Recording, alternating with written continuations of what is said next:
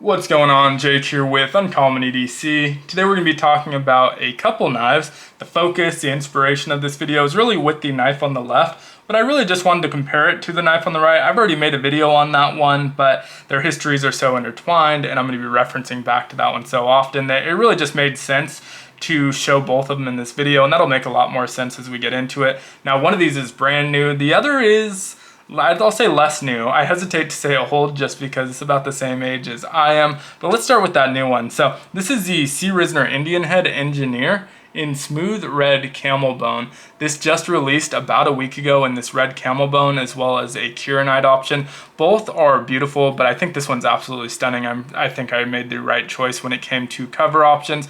Both were $250 and they are sold out now. So I will link to TPK down in the description of the video. But if you want either of these knives, it's going to be something you'll have to chase down on the secondary at this point. But this was a really cool knife, had to add it to my collection because I have the original C.Risner Stockman over here, C.Risner Indian Head Stockman. And so different patterns. This new version is a special factory order from Great Easter Cutlery. So these are made in America in Titusville, Pennsylvania. These were made for traditionalpocketknives.com under that Indian Head brand. And so this pattern here, the engineer pattern, is Great Eastern Cutlery's 32 pattern. So that was a really interesting thing, is that it's a different pattern than the original. And I think that's kind of cool. This is a newer pattern from GEC, has equal ended bolsters with a swell center, single spring, but a blade on either end. We have our main blade, which is our clip point blade, and our secondary pen blade. And the clip point has a long pull, the pen blade has a nail nick deployment, and both kind of favor their respective sides so that they can fit and share that single spring, makes it a little bit more compact. I think this is a really cool pattern. I was excited to pick it up on its own, but I was also very excited to compare it to this original Indian Head Stockman. This one was from around 1988 to 1992 maybe. Not 100% sure when this one was manufactured and released, but it was probably within that window, so about 30 years old at this point, a little bit over that. And this is a traditional Stockman pattern, but you can see our main blade on both of these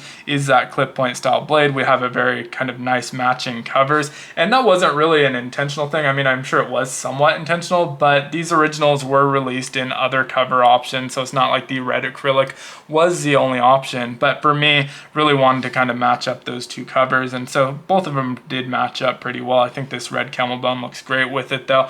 Now, notably different on this one is that the original Indian Head brand was a collaboration with Buck Creek Knives, and these were made for them in a factory in Solingen, Germany. So if you take a look at that etching on the blade, we have Indian Head Handmade Germany. And if we take a look at the new one, we have a new etching, kind of both conveying different messages. So now we have the, if I can get it, the lighting right here, C.Risner Cutlery, traditional pocket knives, established 1974. So if you do some quick math, this is the 50th anniversary. So this is kind of celebrating the 50th year of that Indian Head trademark. Both of them have brass pins, brass liners. One of the cool things though for me is the tang stamp on both of these. So if you look at the GEC made one here on the left, the newer release, that has the two Indian heads. And if you look at the Solingen made one on the right, it has the same two Indian heads. That one has some additional text, C.Risner and Indian Head on it, but I really love that they kept the same graphics. And you can see the same thing on the shields here. Both of them have an Indian Head 1902 shield. The newer one's a little bit larger, but same graphic on both. And so absolutely love that kind of touch on these. If we flip over to that back tang, a little bit different here. We have C.Risner Cutlery on the newer one with the Solingen Germany on the older one. And obviously these are different pattern knives, but you can see the clip points are slightly different. I love that they both still have the swedge and the long pull, same tang stamp, so, and both have an etch, which I'm not always a fan of, but I really just like the continuity of both on these. And it really feels like these are the same knife, just made 30 years apart, which is cool. Now, if we close this one up, I'm not going to get into every blade on the Stockman because already done a video on that.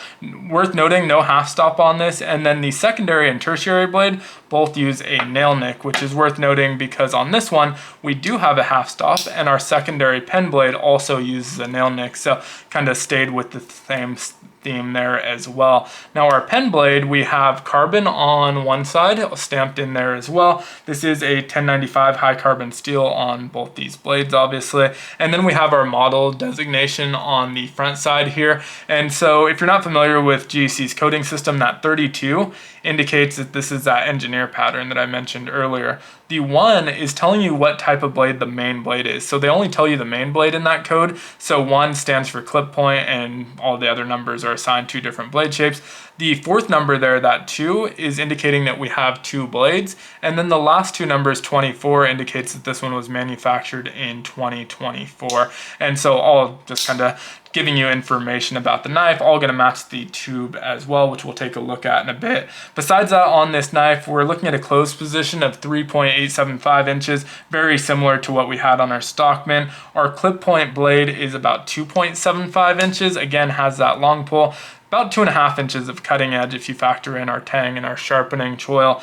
Also, while talking about that pull, walk and talk on this is excellent. Really snappy into the open, half stop in that closed position, flush in all 3 positions as well. On the website, he always gives you a pull rating and says both these are a 7. Now mine feels a little bit different. Obviously, these are hand assembled, so you're gonna get some variance there. I'd say mine's closer to a 6 to a 6.5 pull, but still excellent, ultra smooth and really nice and snappy. So great walk and talk on these. No complaints there from me. But worth noting that you may get a little bit of variance there. Obviously the springs are going to be pretty similar. It's just going to come down to that assembly. And kind of the same thing on our clip point. Now our clip point, we get a 2-inch blade, about 1.75 inches of cutting edge.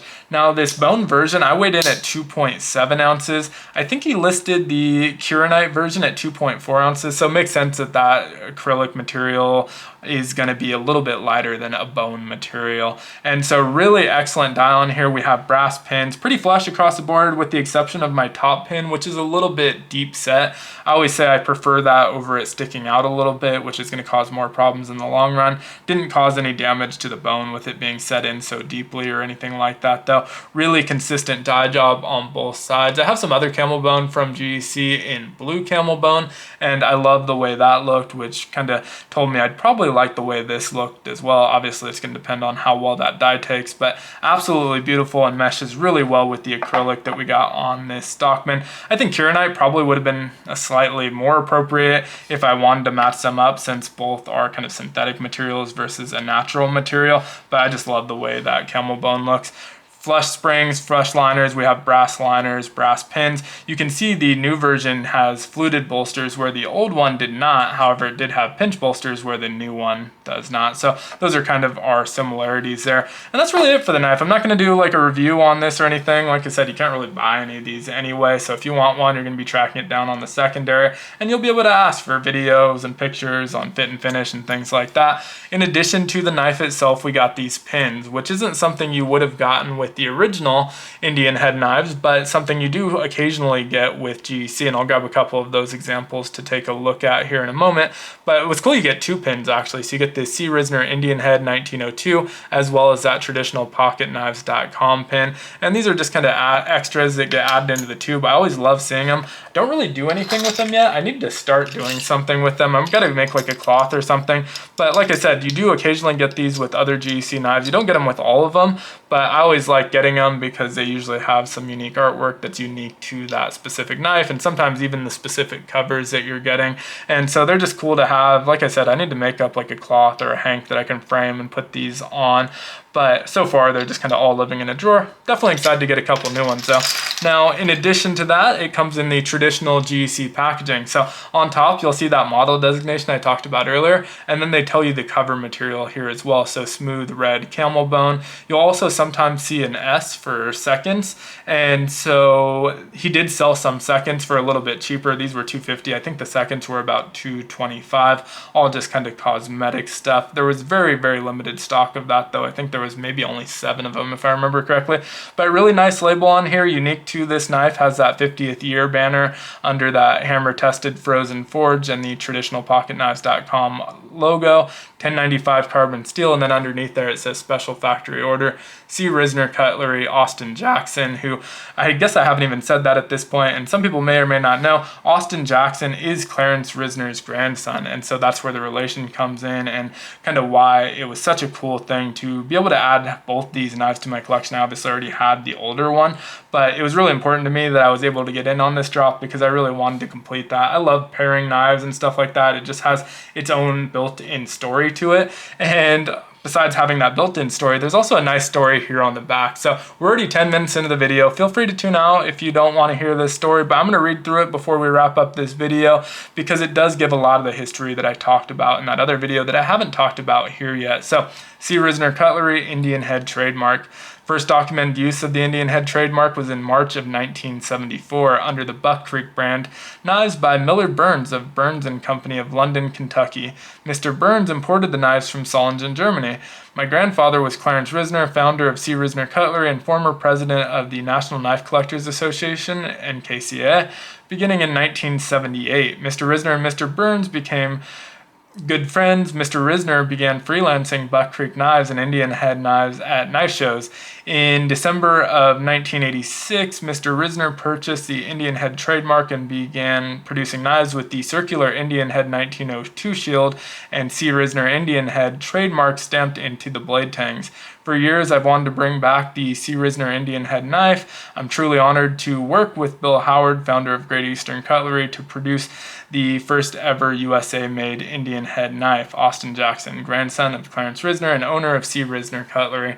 So overall, just a really cool thing. Like I said, I don't really feel the need to review these. I do plan on carrying this one, but I also want to preserve that history, and hopefully in 50 years I can pull this out of the knife drawer and tell that story. Maybe we'll even see future iterations, future models coming from Austin's kids or grandkids, so great grandkids of Clarence Risner, and I think that would be really cool. And I just love the history that these two knives have together, and so really happy to have been able to add that to my collection. Would love to hear your thoughts on these though down in the comments below. As usual, if you enjoyed the video, be sure to like, comment, subscribe, join the channel as a member. Also sound off if you end up picking one of these up, how yours was, fit and finish. If you got the Kieranite one, would love to see some pictures of those. I think those were beautiful. I didn't really have it in the budget to pick up both, but would have loved to have gotten both, and may eventually if I find one at a good price on the secondary. But thanks again for watching, and I hope you have a great one.